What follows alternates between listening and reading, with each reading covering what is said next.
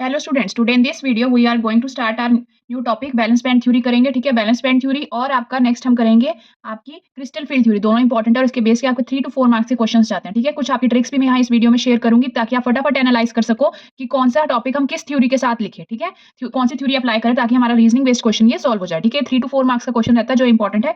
Okay, 3 to 4 marks का। सबसे पहले हम वीबीटी डिस्कस करेंगे। मैं आपको बेसिकली कंसेप्ट समझा रही हूँ यहाँ पे प्रॉपर थ्योरी के लिए। आप रियाज 12 की सीरीज मैंने ऑलरेडी लिंक में आपको शेयर किया हुआ है, आप वहाँ से वॉच कर सकते हो। ठीक है, बीबीटी के हम बेसिकली हम देखते कैसे हैं, कुछ आपके की पॉइंट्स है that I am going to mention. ठीक है, कुछ की पॉइंट्स मैं मेंशन कर रही हूँ जहाँ से आप देखते ही ये बता सकते हो कि आपको बीबीटी लगानी है। ठीक है, सबसे पहले जब भी आपको इनर आउटर ऑर्बिटल कॉम्प्लेक्स दिखे, ठीक है, इनर या आउटर ऑर्बिटल कॉम्प्लेक्स वर्ड दिखे तब आपने बीबीटी लगाना है। सेकंड आपसे पूछा जाए हाइब्रिडाइजेशन।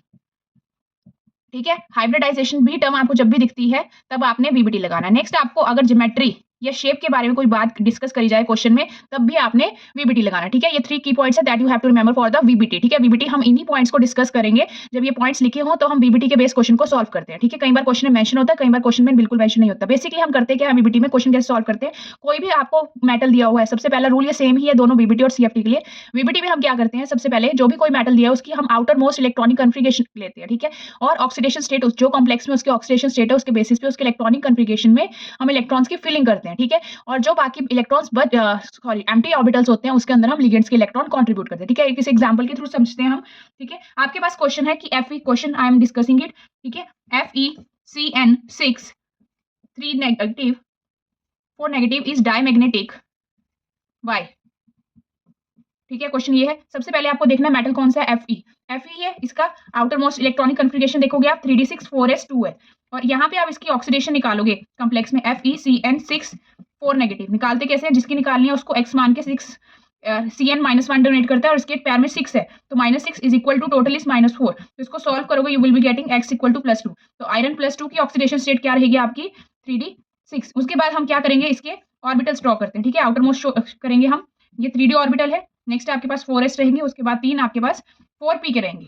ओके, ये आपके मैंने इलेक्ट्रॉनिक कन्फिगरेशन मेंशन कर दिया। ठीक है, नेक्स्ट 3d में अब आपके कितने इलेक्ट्रॉन्स है, 6 इलेक्ट्रॉन्स। तो हम सबसे पहले मेटल्स के करेंगे 1 2 3 4 5 और उसके बाद 6th पेयरिंग में चला जाएगा। उसके बाद नेक्स्ट आपको देखना है कि आपके पास सेंट्रल एटम कौन सा है, Cn। एक Cn आपके 1 इलेक्ट्रॉन डोनेट करता है। ठीक है, और आपके पास कितने हैं लिगेंड 6 हैं। तो उसके बेसिस पे हम इसको आगे मेंशन कर सकते हैं 1 2 3 और ऐसे ही हम आगे चलेंगे। ठीक है, अब आप देख सकते हो कि Cn स्ट्रॉन्ग फील्ड है या वीक फील्ड है, इसके लिए आपको पता होना चाहिए स्पेक्ट्रोकेमिकल सीरीज। ठीक है, स्पेक्ट्रो लिगेंड के इलेक्ट्रॉन्स डालने से पहले हम इलेक्ट्रॉन्स को पेयर अप करेंगे या नहीं करेंगे वो हम डिस्कस करते हैं स्पेक्ट्रोकेमिकल सीरीज। ठीक है, स्पेक्ट्रोकेमिकल सीरीज क्या होती है आपकी, एक आपका अरेंजमेंट होता है। ठीक है, लिगेंड्स का कि वो इलेक्ट्रॉन्स के मेटल के इलेक्ट्रॉन्स को पेयर अप कर सकते हैं या नहीं कर सकते। ठीक है, मैं वो स्पेक्ट्रोकेमिकल सीरीज आपकी मेंशन कर रही हूँ, you can note it down.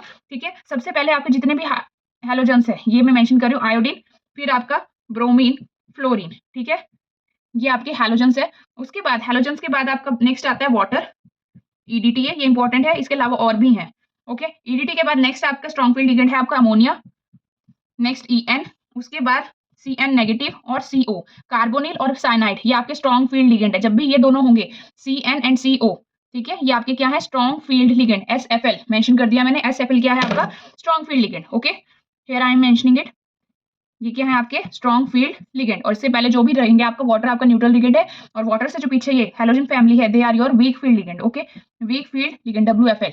Okay, next अब देखो Cn के कितने हैं आपके स्ट्रॉन्ग फील्ड लिगेंड है, तो Cn क्या करेगा, जितने आपके इलेक्ट्रॉन्स बचे हुए हैं अनपेयर्ड उन सभी की पेयरिंग करेगा। सो द आफ्टर पेयरिंग जो आपके इलेक्ट्रॉन्स रहेंगे it will be like this. ठीक है, ये एम्प्टी ऑर्बिटल है। उसके बाद अब लिगेंड कंट्रीब्यूट करेगा, 6 लिगेंड के इलेक्ट्रॉन्स जाएंगे 1 2 क्रॉस क्या डिटेक्ट कर रहा है आपका लिगेंड्स के इलेक्ट्रॉन 1 2 3 4 5 6। ठीक है, तो इलेक्ट्रॉनिक कन्फिगरेशन क्या बनी है लिगेंड्स के कंट्रीब्यूट करने के बाद D2sp3। ठीक है, और आप सभी को पता है टोटल 1 2 3 4 5 6, जब भी 6 जो ऊपर नंबर लिखे होते हैं सभी को आप प्लस करोगे 2 + 1 + 3 = 6। ठीक है, ऑर्बिटल्स के ऊपर जो नंबर लिखा होता है वो इलेक्ट्रॉन्स का होता है और उन सभी को आप प्लस करते हो तो आपके पास जो नंबर आता है वो हमें क्या बताएगा उसकी ज्योमेट्री। ओके, तो यहाँ पे आपको 6 क्या पता है ऑक्टाहेड्रल ज्योमेट्री। ठीक है, अगर 4 होता तो क्या हम लिखते हैं, या तो आपका टेट्राहेड्रल या फिर आपका सॉरी स्क्वायर प्लेनर। ठीक है, ये दोनों ही आपके 4 नंबर के लिए रहते हैं। ठीक है, ये मैं बॉक्स में डाल रही हूँ, 4 नंबर के लिए 2 केसेस बनते हैं, square planar and tetrahedral.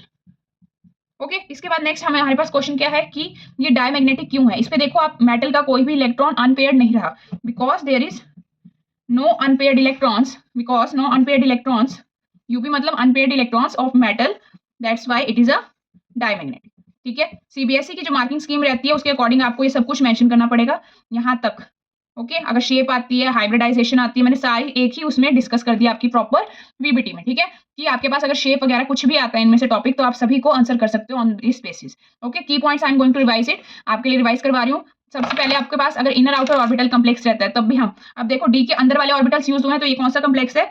Inner orbital complex. और अगर ये बाहर वाला डी यूज होता, मतलब 4p के बाद अगर डी ऑर्बिटल यूज होता है मेटल के लिए, तो हम उसके लिए क्या यूज करेंगे? आपका आउटर ऑर्बिटल कम्प्लेक्स। ठीक है, लेकिन यहाँ पे क्या है? आपका इनर ऑर्बिटल कम्प्लेक्स है एग्जांपल। नेक्स्ट की पॉइंट क्या है? हाइब्रिडाइजेशन। हाइब्रिडाइजेशन मैंने निकाल दिया, इलेक्ट्रॉन्स फिलिंग करने के बाद लिगेंड्स के जो आपकी हाइब्रिडाइजेशन बनेगी उसके बेसिस पे आप इसको लिख सकते हो। उसके बाद आपकी ज्योमेट्री थी, ज्योमेट्री भी आप इसी के बेसिस पे डिस्कस कर सकते हो। Okay, these were the key points. Next में हम वर्नर्स कोऑर्डिनेशन थ्योरी करेंगे और दोनों में कंपैरिजन करेंगे कब कौन सी आपको थ्योरी लगानी है। Okay, hope you will like, share and subscribe to my channel. और आपको अगर इस वीडियो को पूरा इन डिटेल पढ़ना है तो आप मेरी प्रयास सीरीज भी देख सकते हो।